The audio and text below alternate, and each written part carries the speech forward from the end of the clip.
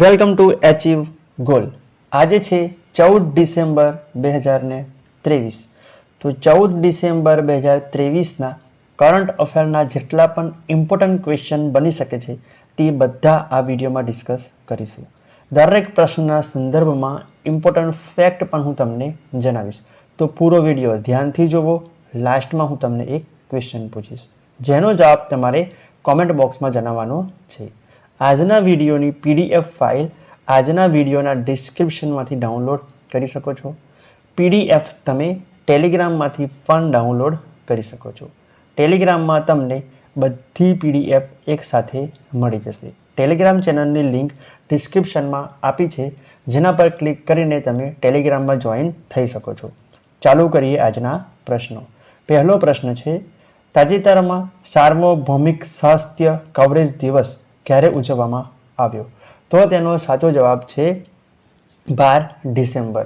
12 ડિસેમ્બરે સાર્વભૌમિક સ્વાસ્થ્ય કવરેજ દિવસ ઉજવવામાં આવ્યો, જે સ્વાસ્થ્ય દેખભાલ પ્રણાલીની આવશ્યકતાની જાગૃતતા લાવવા માટે દર વર્ષે 12 ડિસેમ્બરે સાર્વભૌમ સ્વાસ્થ્ય કવરેજ દિવસ ઉજવવામાં આવે છે.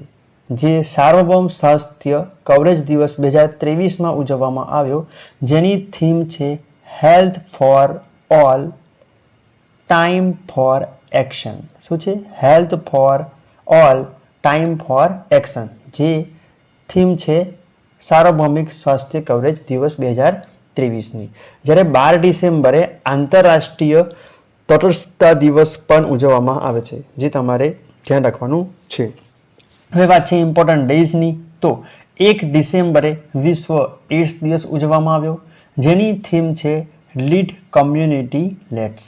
શું છે? Let's community lead. જ્યારે 1 ડિસેમ્બરે બીએસએફનો સ્થાપના દિવસ પણ ઉજવવામાં આવ્યો. 2 ડિસેમ્બરે કમ્પ્યુટર સાક્ષરતા દિવસ ઉજવવામાં આવ્યો અને રાષ્ટ્રીય પ્રદૂષણ નિવારણ દિવસ પણ ઉજવાયો. 3 ડિસેમ્બરે વિશ્વ વિકલાંગ દિવસ ઉજવાયો. 4 ડિસેમ્બરે ભારતીય નેવી દિવસ ઉજવાયો. 5 ડિસેમ્બરે વિશ્વ માટી દિવસ ઉજવાયો. 6 ડિસેમ્બરે મહાપરિનિર્વાણ દિવસ ઉજવાયો, જે BR આંબેડકરની પુણ્યતિથિ પર ઉજવાય છે. 7 ડિસેમ્બરે સશસ્ત્ર સેના ઝંડા દિવસ ઉજવાયો. 8 ડિસેમ્બરે બોધિ દિવસ ઉજવાયો. જ્યારે 9 ડિસેમ્બરે આંતરરાષ્ટ્રીય ભ્રષ્ટાચાર વિરોધી દિવસ ઉજવાયો. 10 ડિસેમ્બરે માનવ અધિકાર દિવસ ઉજવાયો અને 11 ડિસેમ્બરે આંતરરાષ્ટ્રીય પર્વત દિવસ અને યુનિસેફ દિવસ પણ ઉજવાયો. ઇમ્પોર્ટન્ટ ડેઝ જે ડિસેમ્બરના છે આટલા ઉજવવામાં આવ્યા છે, જે તમારે ધ્યાનમાં રાખવાના છે. અને હું રોજ તમને સિક્વન્સમાં રિપીટ કરાવું છું, જેથી કે તમને બધા ડિસેમ્બરના દિવસો યાદ રહી જાય. આજના વિડીયોનો ટાર્ગેટ છે 40 લાઇક. તો આપણા આ વિડીયોનો ટાર્ગેટ છે 40 લાઇક. એ ટાર્ગેટ પૂરો કરવામાં આપણી મદદ કરો. અને હું તમને પણ કહું છું, દરરોજ સવારે ઉઠીને એક ટાર્ગેટ નક્કી કરો. નાનો તો નાનો ટાર્ગેટ નક્કી કરીને પૂરો દિવસ એ ટાર્ગેટને એચીવ કરવામાં લગાવી દો. તમારી લાઈફ ઓટોમેટિકલી સારી થઈ જશે. જોઈએ આગળનો ક્વેશ્ચન. કયા દેશે તાજેતરમાં વિશ્વની ચોથી પેઢીના પરમાણુ રિએક્ટર શરૂ કર્યું છે? તો તેનો સાચો જવાબ છે ચીન. ચીને વિશ્વની પ્રથમ એવી પરમાણુ રિએક્ટર જે ચાલુ કર્યું છે ચોથી પેઢીની. કઈ પેઢીની? ચોથી પેઢીની પરમાણુ રિએક્ટર ચીને ચાલુ કર્યું છે. તો મેપમાં છે ચીન. ચીનનું કેપિટલ છે બીજિંગ. જ્યારે ચીનની કરન્સી છે રેમેન બિંગ અને ચીનના પ્રેસિડેન્ટ છે જી જિનપિંગ. તાજેતરમાં ચીને દુનિયાનું સૌથી તેજ ઇન્ટરનેટની શરૂઆત કરી છે. જ્યારે ફિલિપાઇન્સ જે છે એ ચીનના બેલ્ટ એન્ડ રોડ ઇનિશિયેટિવમાંથી બહાર થઈ ગયો છે. અને 2 દિવસ પહેલાં જ મેં તમને ભણાવ્યું કે બેલ્ટ એન્ડ રોડ ઇનિશિયેટિવ ચીનનો જે પ્રોજેક્ટ છે, જેમાંથી ઇટલીએ પણ બહાર નીકળવાનો નિર્ણય કરી લીધો છે. ચીનના ઝાઓઝિંગ અફઘાનિસ્તાનમાં રાજદૂત નિયુક્ત કરાયા છે. જ્યારે ભારતે ચીનમાંથી આવતી 76% ઉર્જાની કટોતી કરી નાખી છે. ચીનના બાળકો માટે સ્માર્ટફોનના ઉપયોગ માટે 2 કલાકનું લિમિટ બંધાઈ છે. જોઈએ આગળનો ક્વેશ્ચન. રક્ષા રમૈયા કયા રાજ્યના ટેબલ ટેનિસ એસોસિએશનના પ્રમુખ તરીકે ચૂંટાયા છે? તો તેનો સાચો જવાબ છે કર્ણાટક. કર્ણાટક રાજ્યના ટેબલ ટેનિસ એસોસિએશનના પ્રમુખ તરીકે રક્ષા રમૈયા ચૂંટાયા છે. જે રક્ષા રમૈયા છે એ કર્ણાટકના ટેબલ ટેનિસ એસોસિએશનના શું બન્યા છે? અધ્યક્ષ બન્યા છે. હવે વાત છે કર્ણાટકની, તો મેપમાં છે કર્ણાટક. કર્ણાટકનું કેપિટલ છે બેંગ્લોર. જ્યારે કર્ણાટકના ચીફ મિનિસ્ટર છે સિદ્ધારામૈયા. જ્યારે કર્ણાટકના ગવર્નર છે થાવરચંદ ગેહલોત. કર્ણાટકે તાજેતરમાં નમ્મા કંબલા પ્રતિયોજનાનું આયોજન બેંગલુરુમાં કરવામાં આવ્યું હતું. જ્યારે મહિલાના નેતૃત્વવાળા સ્ટાર્ટઅપમાં સૌથી વધારે સંખ્યા બેંગ્લુરુમાં જોવા મળી છે, એટલે કે ફર્સ્ટ પર રહ્યું છે. ન્યૂ લિટરેચર ફેસ્ટિવલ જે 2023માં બેંગ્લોરમાં આયોજન કરવામાં આવ્યો હતો. ભારતનું પ્રથમ ભૂમિગત ટ્રાન્સફોર્મર પણ બેંગ્લોરમાં ચાલુ કરવામાં આવ્યું છે. કર્ણાટક સરકારે ગૃહલક્ષ્મી યોજનાની પણ શરૂઆત કરી છે. જ્યારે કર્ણાટક છે એ નેશનલ એજ્યુકેશન પોલિસી 2020ને ખત્મ કરીને પોતાની નવી શિક્ષા નીતિ બનાવવા જઈ રહ્યું છે. ભારતનું પ્રથમ 3D પ્રિન્ટેડ પોસ્ટ ઓફિસ પણ બેંગ્લુરુમાં ચાલુ થઈ છે. જ્યારે ઇન્ડિયા સ્ટાર્ટઅપ ફેસ્ટિવલ 2023નું આયોજન પણ બેંગ્લુરુમાં જ કરવામાં આવ્યું છે. જોઈએ આગળનો ક્વેશ્ચન. તાજેતરમાં વિકસિત ઇન્ડિયા 2047 વોઇસ ઓફ યુથ પહેલ કોને શરૂ કરી છે? તો તેનો સાચો જવાબ છે નરેન્દ્ર મોદી. નરેન્દ્ર મોદીએ વિકસિત ઇન્ડિયા 2027 વોઇસ ઓફ યુથ પહેલની શરૂઆત કરી છે. જે વિકસિત ભારત 2047 વોઇસ ઓફ યુથની પહેલ છે એ વિકસિત ભારત માટે ભારતના યુવાનોને એકત્ર કરવાનો ઉદ્દેશ્ય છે, જેની શરૂઆત નરેન્દ્ર મોદીએ કરી છે. જોઈએ આગળનો ક્વેશ્ચન. 4 દિવસીય 27મી WAIPA વર્લ્ડ ઇન્વેસ્ટર કોન્ફરન્સનું આયોજન કોણ કરશે? તો તેનો સાચો જવાબ છે ભારત. તાજેતરમાં 4 દિવસની 27મી WAIPA વર્લ્ડ ઇન્વેસ્ટર કોન્ફરન્સનું આયોજન ભારત કરવા જઈ રહ્યું છે. જ્યારે તમને એક ટર્મ ક્લિક થયો હશે WAIPA, તેનું ફૂલ ફોર્મ છે world association of investment promotion agency. World association of investment promotion agency. જ્યારે ભારતની વાત છે તો મલેશિયાએ ભારતના નાગરિકો માટે વિઝા મુક્ત પ્રવેશની શરૂઆત કરી છે. ભારતે સોશિયલ મીડિયામાં સખત એજ સત્યાપનના યોજના બનાવી રહી છે. જ્યારે ભારતે 2023-24માં 41,010 પેટન્ટ રજીસ્ટર કરાવી છે. ભારતે ત્રીજી વખત AIBDનું અધ્યક્ષ સ્થાન સંભાળ્યું છે. ભારત એ ICCની ત્રણેય ફોર્મેટમાં નંબર 1 રહ્યું છે. જ્યારે ભારતે છઠ્ઠી વખત ઉભરતા બજારોમાં પ્રથમ એટલે કે શીર્ષ પર રહ્યું છે. જોઈએ આગળનો ક્વેશ્ચન. તાજેતરમાં કયા દેશના ભૂતપૂર્વ બેટ્સમેન જો સોલેમોનનું નિધન થયું છે? તો તેનો સાચો જવાબ છે વેસ્ટ ઇન્ડિઝ. વેસ્ટ ઇન્ડિઝના ભૂતપૂર્વ બેટ્સમેન જો સોલેમોનનું નિધન થયું છે તાજેતરમાં, જે 1950થી 1960માં પ્રમુખ બેટ્સમેન રહ્યા હતા વેસ્ટ ઇન્ડિઝના. આ છે જો સોલેમોન, જેમનું તાજેતરમાં નિધન થયું છે. હવે વાત છે ક્રિકેટની, તો તાજેતરમાં લારા વોલ્ટાર્ડને દક્ષિણ આફ્રિકાના મહિલા ક્રિકેટ ટીમના કપ્તાન બનાવ્યા છે. જે લોરા વોલ્ટાર્ડ છે એ દક્ષિણ આફ્રિકાના મહિલા ટીમના ત્રણેય ફોર્મેટમાં કેપ્ટન બન્યા છે. અંડર-19 ક્રિકેટ વર્લ્ડ કપ 2024 જે દક્ષિણ આફ્રિકામાં યોજાવાનો છે. જ્યારે ICC વિશ્વકપ 2023માં પ્લેયર ઓફ ધ ટુર્નામેન્ટ તરીકે વિરાટ કોહલી બન્યા હતા. વિશ્વકપમાં સૌથી વધારે સિક્સર લગાડવાવાળા રોહિત શર્મા હતા. જ્યારે પૂર્વ ક્રિકેટર મુથૈયા મુરલીધરનની બાયોપિક 800 રિલીઝ થઈ હતી. જોઈએ આગળનો ક્વેશ્ચન. તાજેતરમાં કયા રાજ્યની લકડોંગ હળદરને GI ટેગ મળ્યો છે? તો તેનો સાચો જવાબ છે મેઘાલય. મેઘાલય રાજ્યની લકડોંગ હળદરને GI ટેગ આપવામાં આવ્યો છે તાજેતરમાં. હવે વાત છે મેઘાલયની, તો મેપમાં છે મેઘાલય. મેઘાલયનું કેપિટલ છે શિલોંગ. જ્યારે મેઘાલયના ચીફ મિનિસ્ટર છે કોનરાડ સંગમા અને મેઘાલયના ગવર્નર છે ફાગુ ચૌહાણ. તાજેતરમાં મેઘાલયના મુખ્યમંત્રીએ ઉમદીહારમાં અનાનસ પ્રસંસ્કરણ ઇકાઈનું ઉદ્ઘાટન કર્યું હતું. મેઘાલય સરકારે મુખ્યમંત્રી સૌર મિશનની પણ શરૂઆત કરી હતી. જ્યારે 9 સાલથી પ્રતિબંધ લગાયેલા કોલસા ખનનનું કાનૂની રૂપથી ફરીથી મેઘાલયમાં શરૂઆત કરવામાં આવી છે. જ્યારે પૂર્વોત્તરનો સૌથી મોટો બહુઉદ્દેશી ઇન્ડોર સ્ટેડિયમ શિલોંગમાં બનવા જઈ રહ્યો છે. પ્રતિ કૃષિ પરિવાર औसत માસિક આવકમાં મેઘાલય સૌથી ઉપર ટોચ પર રહ્યું છે. હવે જોઈએ આગળનો ક્વેશ્ચન. પ્રાદેશિક એથ્લેટિક્સ સ્પર્ધાની 100 મીટર સ્પર્ધામાં કોણે ગોલ્ડ મેડલ જીત્યો છે? તો તેનો સાચો જવાબ છે અબ્બાસ ઝેદી. અબ્બાસ ઝેદીએ પ્રાદેશિક એથ્લેટિક્સ સ્પર્ધાની 100 મીટરમાં ગોલ્ડ મેડલ જીત્યો છે.